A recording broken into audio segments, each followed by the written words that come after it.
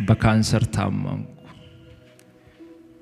በካንሰር ሲታመም እግሬን ስለታመምኩ እግርህ ከጉልበት በታች ይቆረጥ ተባለ። እግሬማ አይቆረጥም ብዬ ከእግዚአብሔር ጋር መነጋገር ጀመርኩ። እንዲህ ብዬ እግዚአብሔርን ጠየቅኩት፣ እግሬን የምትፈውስ ከሆነ በእነዚህ እግሮቼ ቆሜ አንተን አገለግላለሁ አልኩት።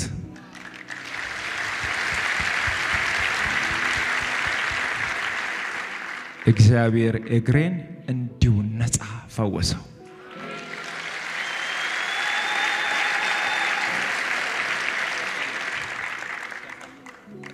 ሚታይ ከሆነ ይታያል። እዚህ ጋር የጠባስ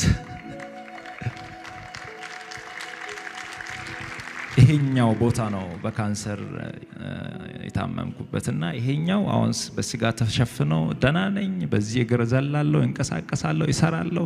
ይሄኛው እግር ነበር ጠላት ይቆረጥ ያለው። እግዚአብሔር ግን አይቻልም ብሎ ከለከለው።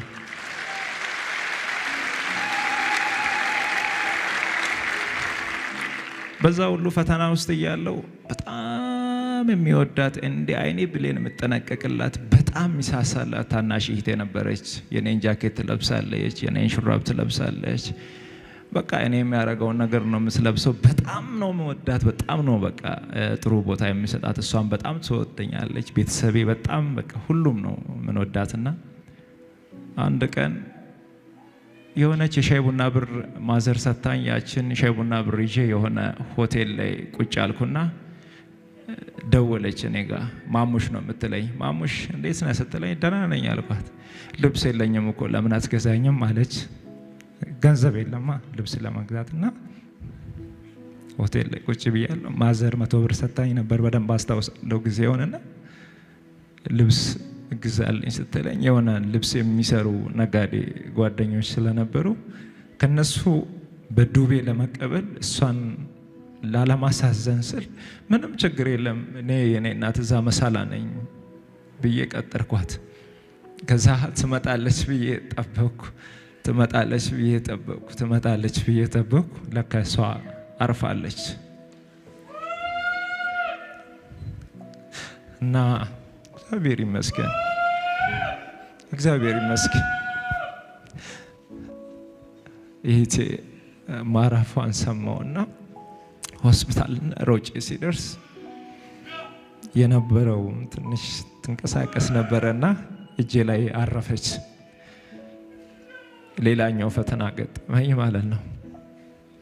ከዛ በኋላ ራሴን አላቅም በብዙ መንገድ ተጎዳውና እንደምንም ጥርሴን ነክሼ እህቴን ቀበርኳት። እግዚአብሔርን ግን እንዲህ አልኩት፣ እህቴ ስትሞት በልብ መምታማ ነበር የሞተችው። ወንድሜ እዚህ ያለ ወንድሜ ነጋዴ ነው፣ ብር ያለው ሰው ነው። ወንድሜን ላለማስጨነቅ ምንም ነገር አልነገርኩትም። አባቴ ገንዘብ ያለው ሰው ነው፣ በደንብ የሚታወቅ አባስ ነው ያለኝ። ወንድሞች ያለኝ በብዙ የተባረኩ፣ እነሱን ላለማስጨነቅ የእሷን ህመም እኔ ተሸክሜ ነበር እና በልብ ህመም ምክንያት እንደታመመች ነግራኝ ነበር። ከዛሬ ነገ እግዚአብሔር ገንዘብ ሲሰጠኝ አሳክማታለሁ እያልኩ ሳላሳክማት አረፈች። እግዚአብሔርን ግን እንዲህ አልኩት፣ እኔን በህይወት የምታቆየኝ ከሆነ የታመሙትን አሳክማለሁ፣ እኔን በህይወት አኖረኝ አልኩት።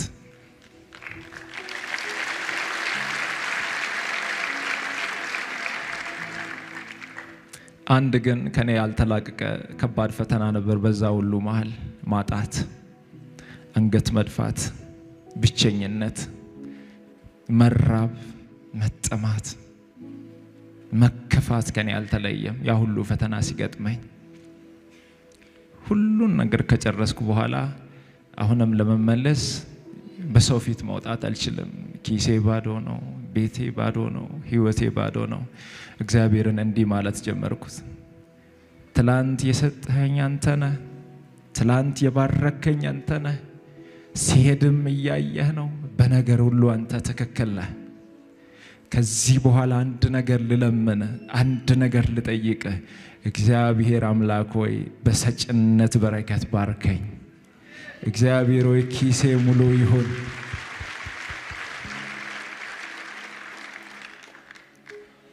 ኪሴ ሙሉ ይሁን፣ ቤቴ ሙሉ ይሁን፣ ጓዳዬ ሙሉ ይሁን።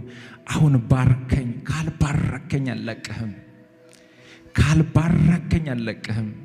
አንገት በደፋውበት ምድር አንገቴን ቀና ልታደርግ የምትችል አንተ ነህ። አንተን እተማመናለሁ፣ በአንተ ተስፋ አደርጋለሁ። አንገቴን ቀና አድርግ። እኔና እግዚአብሔር አንላቀቅም ብዬ አስጨነኩት፣ ሰላም ከለከልኩት። ቀንና ማታ ለሰው ብትናገሩ፣ ለሰው ችግራችሁን ብትነግሩ ሰምቶ ባልሰማ ሊያልፍ ይችላል። መጣ ደግሞ ሊል ይችላል። እኔ ቀንና ማታ እግዚአብሔርን ባርከኝ። አሁን በሁሉ ነገር ተፈትኛለሁ። ማጣትን አይቻለሁ፣ ማግኛትን አይቻለሁ። የሚወደውን ሰው በማጣት ተፈትኛለሁ፣ ታምሜያለሁ። በቃ ሁሉ ነገር በቀኝ።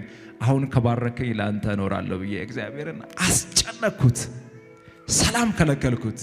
የመጨረሻ ውላችን ከእግዚአብሔር ጋር ከሰጠኸኝ፣ ከዚህ በኋላ ከባረከኝ፣ ከዚህ በኋላ በሕይወት ካኖርከኝ የሰጠኸኝን ሁሉ ለአንተ እሰጥሃለሁ፣ ለቤት ያገለግላለሁ፣ የተራቡትን አበላለሁ፣ የታመሙትን አሳክማለሁ ብዬ ለእግዚአብሔር ነገርኩት። ይህንን ቃል ከእግዚአብሔር ጋር ከገባው በኋላ የኔ ነገር አዲስ እየሆነ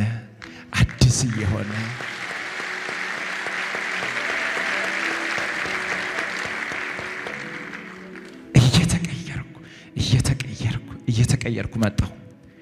ከዛ በኋላ ከቤት ማውጣት ጀመርኩ፣ ልብስ መልበስ ጀመርኩ፣ ኪሴ ውስጥ ገንዘብ መያዝ ጀመርኩ። ከዛ በኋላ ወንድሞቼ ገንዘብ አላቸው፣ አባቴ ገንዘብ አላቸው እኮ። እኔ ወደ እነሱ ፊት ምን ብዬ ልሄድ እኮ ነው? የያዝኩትን የበተንኩ ሰው ያን ሁሉ ንብረት